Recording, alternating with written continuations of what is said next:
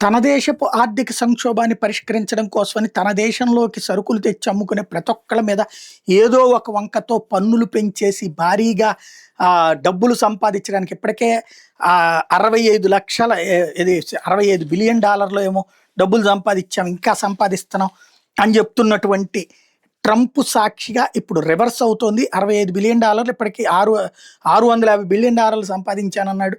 $1 trillion దాకా కూడా పన్నులు వచ్చేస్తాయి ఏడాదికల్లా అని చెప్పుకొస్తున్నాడు.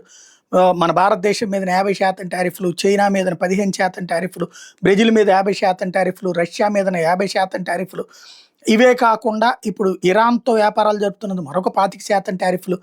ఇవన్నీ కాకుండా యూరోప్ యూనియన్ దేశాలు గ్రీన్లాండ్ విషయంలో మద్దతు ఇవ్వనందుకు 10% టారిఫ్లు, అది 25% చేస్తానంటాం. వీటితో ఇప్పుడు యూరోప్ దేశాలకు కూడా మండింది. రివర్స్ టారిఫ్లు బిగించేసింది. ఇప్పటికే అమెరికాతో స్వేచ్ఛా వాణిజ్య ఒప్పందాన్ని చర్చలు రద్దు చేసుకుని భారత్తో జరుగుతున్నాయి. మరోవైపున యూరోపియన్ యూనియన్ $93 బిలియన్ అమెరికా మీద టారిఫ్లు వేయడానికి రెడీ అవుతుంది. యూరోప్ దేశాల్లోని అమెరికా ఉత్పత్తుల మీద ఈ టారిఫ్కి రెడీ అవుతున్నారు. యుఎస్ఏ వాస్తవంగా ఇప్పటికే బ్రిటన్ దగ్గర $888.5 బిలియన్ అప్పు తీసుకుంది. బెల్జియం దగ్గర 431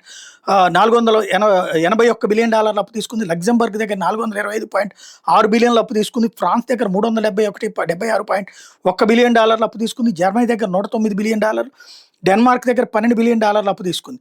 ఈ అప్పులు తిరిగి కట్టమన్నటువంటి పాయింట్ కూడా అడుగుతూ ఉన్నారు. క్రమంగా ఈ పరిణామాలు అన్నటువంటిది 1 by 1 ముదిరి పాకానబడుతున్నాయి.